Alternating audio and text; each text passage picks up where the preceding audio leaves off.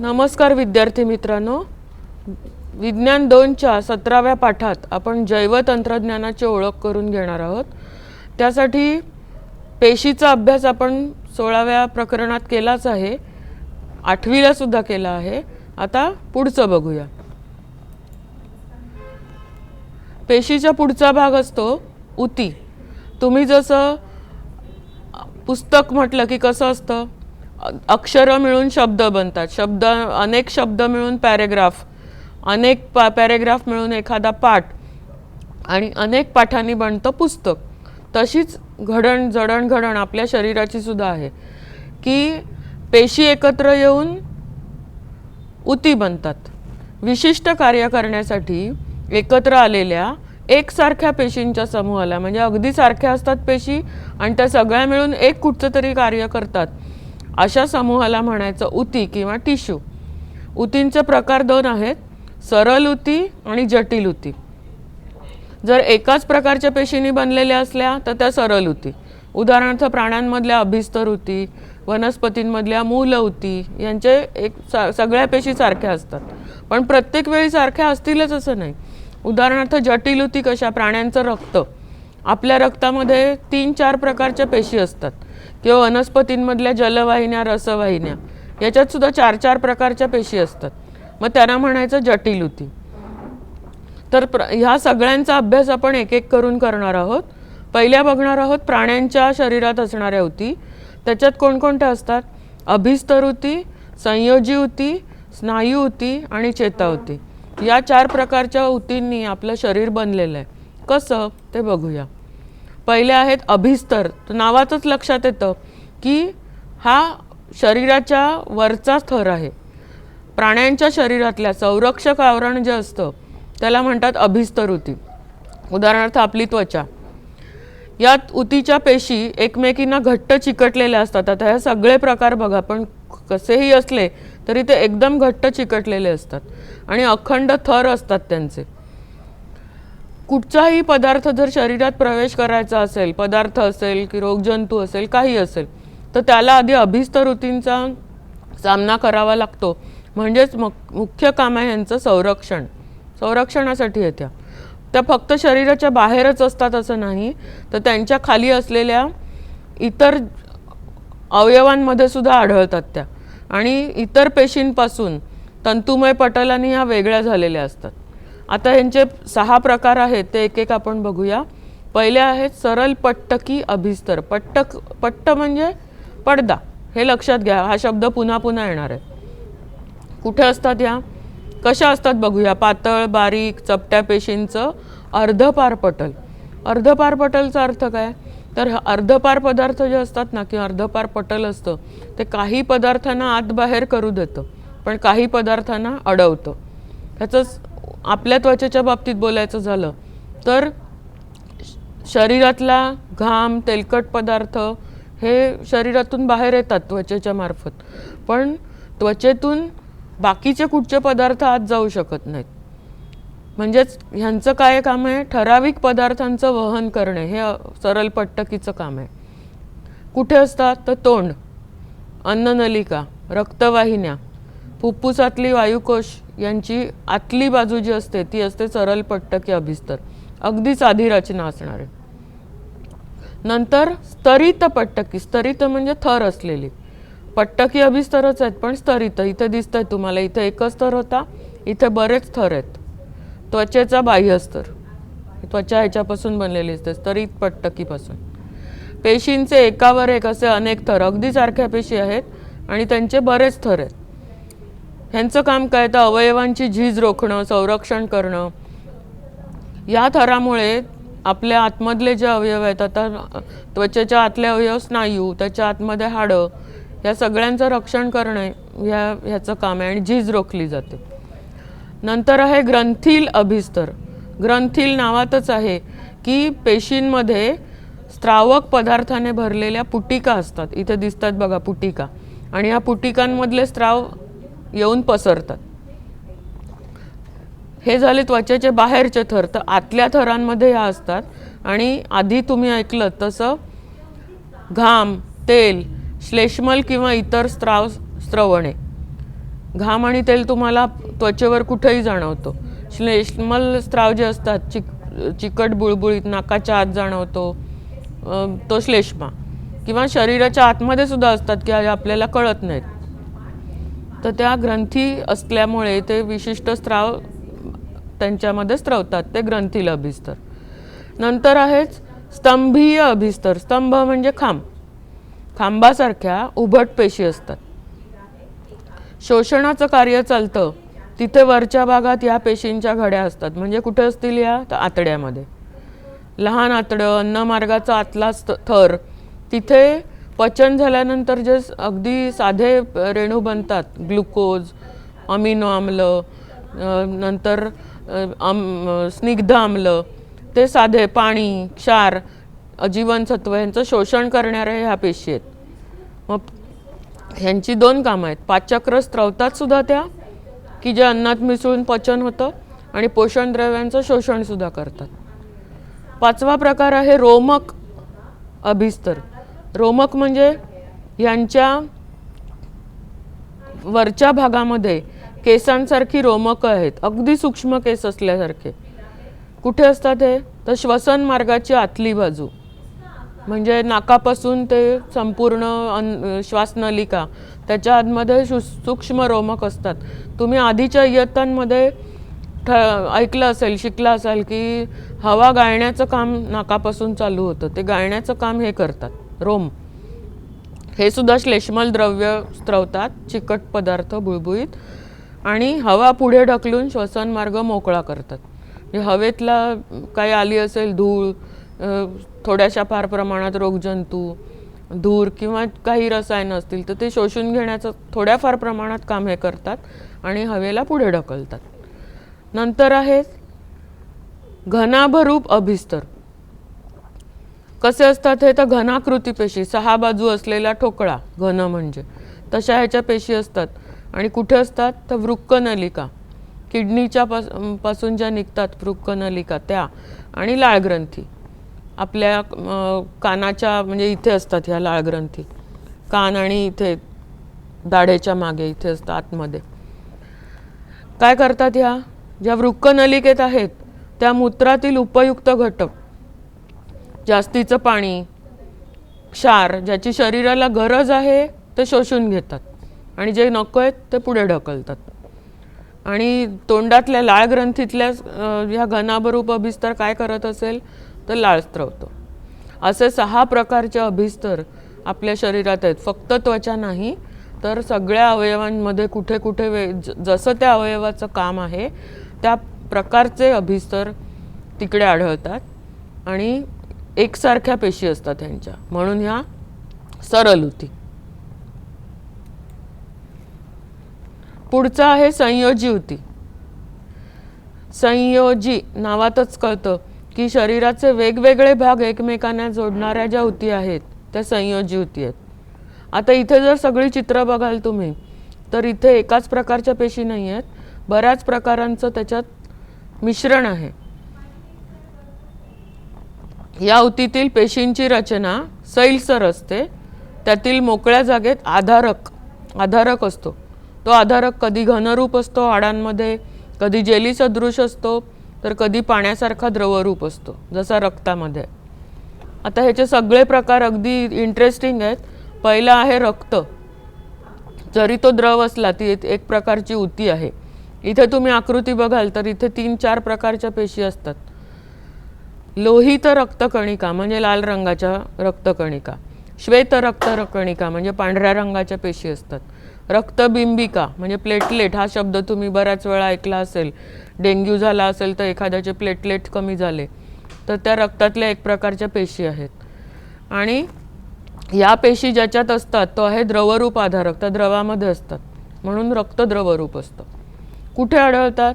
तर बंदिस्त रक्ताभिसरण संस्था म्हणजे हृदय आणि सगळ्या प्रकारच्या रक्तवाहिन्या, केशिका छोट्याशा, सगळ्यामध्ये जे असतं ते रक्त, ही आहे पहिली संयोजी ऊती. रक्ताची कार्य तुम्हाला माहिती आहेत.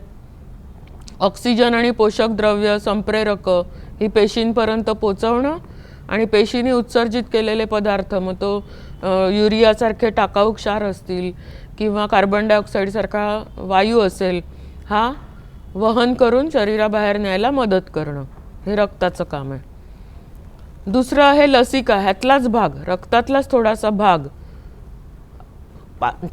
रक्तवाहिन्यांच्या बाहेर पाझरतो, पण त्याच्यात पेशी येत नाहीत. लाल रंगाच्या पेशी येऊ शकत नाहीत त्याच्यात, पांढऱ्या पेशी मात्र असतात. कशासाठी आहे अशी सोय? कसं आहे बघू ह्याचं स्वरूप. रक्तकेशिकातून पाझरणारा द्रव, याच्यात पांढऱ्या पेशी आहेत, पण सगळी द्रवरूप आधारक असला तरी त्याच्यात पोषक द्रव्य सगळी असतात. म्हणजे प्रत्यक्ष पेशीपर्यंत पोषण द्रव्य पोचवण्याचं आणि टाकाऊ पदार्थ आणण्याचं काम हे लसिका करत असते. सगळ्या पेशींच्या सभोवताली असतं लिम्फ किंवा लसिका. आणि ह्याच्यात पांढऱ्या पेशी असल्यामुळे अर्थातच ह्याचं काम काय? रोगाच्या संक्रमणापासून शरीराचं संरक्षण. जर रोगजंतू किंवा काही रसायनं जर शरीरात शिरली कोणत्याही मार्गाने, तर पेशींच्या भोवती असणारी ही जी लसिका असते, द्रव असतो, त्याच्यातले ह्या श्वेतपेशी त्या रोगजंतूच्या विरुद्ध एकतर रसायनं तयार करतात, किंवा अँटीजेन म्हणतात त्याला, प्रतिजन, किंवा तशात त्याला विरुद्ध आकाराच्या अँटीबॉडीज तयार करतात आणि त्याचा नाश करायचा प्रयत्न करतात. ते संरक्षण, संक्रमणापासून संरक्षण. तिसरा प्रकार आहे विरल ऊती. हे त्वचा आणि स्नायू यांच्या दरम्यान असतात आणि रक्तवाहिन्यांच्या आजूबाजूला असतात. विविध प्रकारच्या आहेत, हे बघताय तुम्ही. काही लांबट आहेत, काही गोल आहेत, काही त्रिकोणी सारख्या आहेत, रंग वेगळे आहेत त्यांचे. सैलसर पेशी असतात आणि ह्यांचा आधारक जेलीसारखा, म्हणजे स्थायू आणि द्रव ह्याच्यामधला लवचिक तंतू पण असतात त्याच्यात. आणि ह्यांचं काम आंतरेंद्रिय आहेत सगळी, त्यांना आधार देणं. म्हणजे आपल्या शरीरात ही सगळी अधांतरी आहेत, त्यांना आधार देण्याचं काम विरल ऊती करतात आणि एक प्रकारे त्यांचं पण संरक्षण करतात. पुढचा प्रकार आहे चौथा, चरबीयुक्त ऊती, ॲडिपोज टिश्यू. अर्थात हा असेल कुठे? त्वचेच्या खाली आणि अंतर्गत अवयवांच्या आजूबाजूला. मेदपिंड म्हणजे स्निग्ध पदार्थांनी भरलेल्या पेशी आणि ह्यांचा सुद्धा आधारक जेलीसारखा असतो. जे काही तुम्ही स्निग्ध पदार्थ खाता, तेल, तूप, लोणी, वनस्पती तेलं सगळी, चरबी, जे नॉन व्हेजिटेरियन असतील त्यांच्या शरीरात चरबी जाते, त्या सगळ्याचं रूपांतर एकतर स्निग्ध आम्लात होतं आणि जास्तीची जी स्निग्ध आम्ल असतात ती ह्या त्वचेखाली चरबीच्या रूपात साठवली जातात असं आपण म्हणतो. ते आहेत चरबीयुक्त ऊती किंवा ॲडिपोज टिश्यू. ह्याची पण खूप महत्त्वाची कामं आहेत. उष्णतारोधन. तुम्ही ऐकलं असेल की आपण सस्तनी प्राणी, गरम रक्ताचे, उष्ण रक्ताचे आहोत. याचा अर्थ आपला रक्त गरम आहे असं नाही, तर हवेचं तापमान बदललं तरी आपल्या शरीराचं तापमान मात्र कायम राखलं जातं. म्हणजेच उष्णतारोधन. बाहेरची उष्णता शरीराच्या आतमध्ये पोचत नाही. ऊर्जा पुरवणं. जेव्हा गरज लागते ऊर्जेची तेव्हा ह्याच्यात स्निग्ध पदार्थ असल्यामुळे ऊर्जा पुरवली जाते शरीराला. आणि मगाशी मी म्हटलं तसं स्निग्ध पदार्थ साठवून ठेवण्याचं काम या ऊती करतात. नंतर तुमचा कानाची पाळी, नाकाच्या मधला पडदा, ह्याला हात लावून हलवून बघा. ते कसे दिसतील? तर लवचिक, इतर हाडांच्या पेक्षा. म्हणजे बोटामधली हाडं, ही बोटामधली हाडांनाच स्पर्श करून बघा. कानाची पाळी अशी अशी हलवून बघा आणि नाकाच्या आतल्या पडद्याला हात लावून बघा. ते लवचिक असतात. तिथे असतात त्या आहेत कास्थी किंवा कुर्च्या. कुठे कुठे असतात या? नाक, कान, स्वरयंत्र जे आपल्याला दिसत नाही, घशात इकडे असतं, आणि श्वासनलिका इथे या कास्थीपासून बनलेले आहेत. काम काय ह्यांचं? तर हाडांचे पृष्ठभाग गुळगुळीत करणे, अवयवांना आकार आणि आधार देणे. कानाच्या पाळीला आकार याच्यामुळे आलाय, त्याच्या आतमधल्या कुर्चेमुळे. त्याच्याही पुढचा प्रकार आहे अस्थी म्हणजे हाडं. संपूर्ण शरीरभर विशिष्ट रचनेमध्ये. आपला सांगाडाच, डोक्यापासून पायापर्यंत कुठे हाड नाही आहे सांगा? तुम्ही म्हणाल पोटात हाड नाही आहे, बरोबर, पण त्याच्या मदतीसाठी पाठीचा कणा आहे ना आपला, मानेपासून कमरेपर्यंत 33 मणक्यांची माळ आहे, ती हाडच आहेत. म्हणजे संपूर्ण शरीराला विशिष्ट रचनेमध्ये सांगाड्याच्या रूपात आधार देण्याचं काम हे हाडं करत असतात. हालचालींना मदत करतात. कुठचाही तुम्ही अवयव हलवायचा असेल तर हाडं आणि स्नायू एकत्र काम करतात. स्वरूप कसं आहे यांचं, तर कॅल्शियम फॉस्फेटपासून बनलेला घनरूप आधारक. आता ह्या अस्थिच्या उती ज्या आहेत, अस्थि उती, त्यांचा आधारक घनरूप आहे, कडक. आणि त्यात ऑस्टिओसाइट्स, आता हा आधारक आहे आणि हे जे गोल केंद्रक असलेल्या दिसत आहेत त्या खऱ्या अस्थीच्या उती आहेत. ऑस्टिओसाइट नावाच्या पेशी ह्या घनरूप आधारकात रुतलेल्या असतात. त्याच्यामुळे संपूर्ण स्ट्रक्चर मात्र कडक, कठीण होतं आणि शरीराला आकार आणि आधार दोन्ही मिळतो. आणि हे सुद्धा तुमच्या ओळखीचे आहेत, स्नायू. स्नायुरज्जू आणि अस्थिबंध. जिथे सांधा असतो, आता हे सगळे मगासपासून मी ज्या हालचाली दाखवते, इथे सांधे आहेत म्हणून हालचाल होते, इथे सांधा आहे म्हणून तळव्याची हालचाल होते, कोपऱ्यात सांधा असतो. जिकडे जिकडे सांधा आहे, म्हणजे आपली हाडं हालचाल करू शकतात, त्याला सांधा म्हणतो आपण. स्नायुरज्जू कसे असतात, तर ते तंतुमय, मजबूत आणि कमी लवचिक. ते स्नायूंना हाडांशी जोडतात. म्हणजे बघायला गेलात तुम्ही तर हा इकडे दंडाचे 2 स्नायू आहेत, वरती एक आहे आणि खाली एक आहे. ते हाडांना जोडण्याचं काम जे तंतू करतात ते स्नायुरज्जू. आणि अस्थिबंध काय करतात, तर 2 हाडांना जोडायचं. हे एक हाड आहे आणि हे एक दुसरं हाड आहे आतमधलं. त्यांना जोडण्यासाठी जे तंतू आहेत ते आहेत अस्थिबंध. इकडे दिसतात बघा, अस्थिबंध. आणि हाडं आणि स्नायू ह्यांना जोडणारे असतात ते आहेत स्नायुरज्जू. हे हाड, लाल रंगाचा स्नायू, ह्यांना जोडतो तो स्नायुरज्जू. आणि इथे दिसतोय 2 हाडांना जोडणारं असंच गुलाबी रंगाचं, ते आहेत अस्थिबंध, टेंडन्स अँड लिगामेंट्स. जोडण्याच्या सांध्याच्याच ठिकाणी असतात हे दोन्ही. आणि हाडं आणि स्नायूंना जोडण्याचं सुद्धा काम करतात आणि 2 हाडांना सुद्धा जोडण्याचं काम अस्थिबंध करतात. तर हे होते आपल्या सगळ्या शरीरातल्या विविध प्रकारच्या संयोजी उती, एक वेगवेगळे भाग एकमेकांना जोडणाऱ्या उती. पुढच्या आहेत स्नायू उती. मगासपासून आपण नाव ऐकतोय की त्वचेखाली स्नायू आहेत, हाडं आणि त्वचा ह्याच्यामध्ये स्नायू आहेत. तर हे काय आहेत, तर आपल्या शरीरात एकूण 3 प्रकारचे स्नायू आहेत. आधी कसे बनतात बघूया. सगळ्या प्रकारचे स्नायू विशिष्ट प्रकारचे संकोची प्रथिन, म्हणजे ज्याचं आकुंचन प्रसरण होऊ शकतं, अशा प्रथिनांपासून हे बनतात. त्याच्यासाठी पुन्हा एकदा आता मी करून दाखवते तशी हालचाल करायची. करून बघा माझ्याबरोबर. असं जर तुम्ही फोल्ड केला आहात तर इकडे घट्ट झाले स्नायू आणि इकडचे पसरट झाले. जेव्हा सरळ कराल तेव्हा उलटं, इकडचे घट्ट होतात, इकडचे पसरट होतात, इकडचे गोळा होतात. इथे आता आकुंचन झाले, हे प्रसरण झाले, आणि मग अशी उलटं, हे आकुंचन, हे प्रसरण. विशिष्ट प्रकारची संकोची प्रथिनं असतात या स्नायूंमध्ये, म्हणून ते हालचाल, आकुंचन प्रसरण होऊ शकतात. स्नायू उती या स्नायूंच्या तंतू आहेत, स्नायूतंतू विविध प्रकारचे, त्यांच्या लांबट पेशींपासून बनलेले असतात. आणि संकोची जी प्रथिनं आहेत त्याच्या आकुंचन आणि शिथिलीकरणामुळे स्नायूंची हालचाल कशी होते आता आपण प्रत्यक्ष बघितलं. पहिले आहेत पट्टकी स्नायू. ज्यांच्यावर पट्टे दिसतात ते पट्टकी. पेशी कशा असतात, तर लांबट, दंडगोलाकार, अशाखीय, म्हणजे ह्यांना शाखा नाही आहेत, सरळ तंतू आहेत, आणि बहुकेंद्रकी. एक पेशी म्हणजे एक केंद्रक नाही तर खूप केंद्रकं असतात. यांच्यावर गडद आणि फिके पट्टे असतात आणि हे हाडांना जोडलेले असतात, जे आता आपण बघितले दंडातले स्नायू. असे सगळे जे हाडांना जोडलेले आहेत त्यांना कंकाल स्नायू म्हणतात.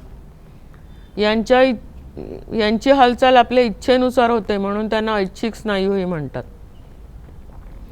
कोणते हे, तर हातपाय हलवणे, धावणे, बोलणे या हालचालीचे घडवून आणतात. आता मी बोलते तर तोंडाच्या स्नायूंची हालचाल होते, ते सुद्धा ऐच्छिक आहेत. मी जर ठरवलं बोलायचंच नाही तर ते हालचाल न करता गप्प राहतील स्नायू, त्यांची हालचाल होणार नाही. पण काही स्नायू असे आहेत की त्याच्यावर आपला कंट्रोल नाही आहे.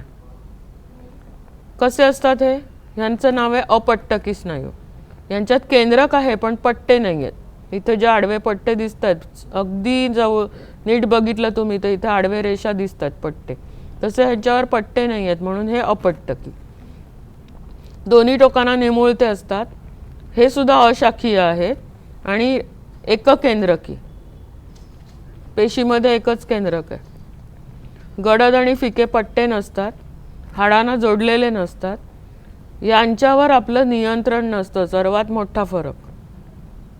आपल्या नियंत्रणाशिवाय आपल्या इच्छेशिवाय हे हालचाल करत असतात म्हणून यांना अनैच्छिक स्नायू असंही म्हणतात. मग कुठे असतात हे? तर अन्ननलिका. तुम्ही अन्न गिळल्यावर तुम्हाला काही करावं लागत नाही. अन्ननलिकेची हालचाल तुमच्या इच्छेशिवाय होते आणि तो घास पुढे जातो.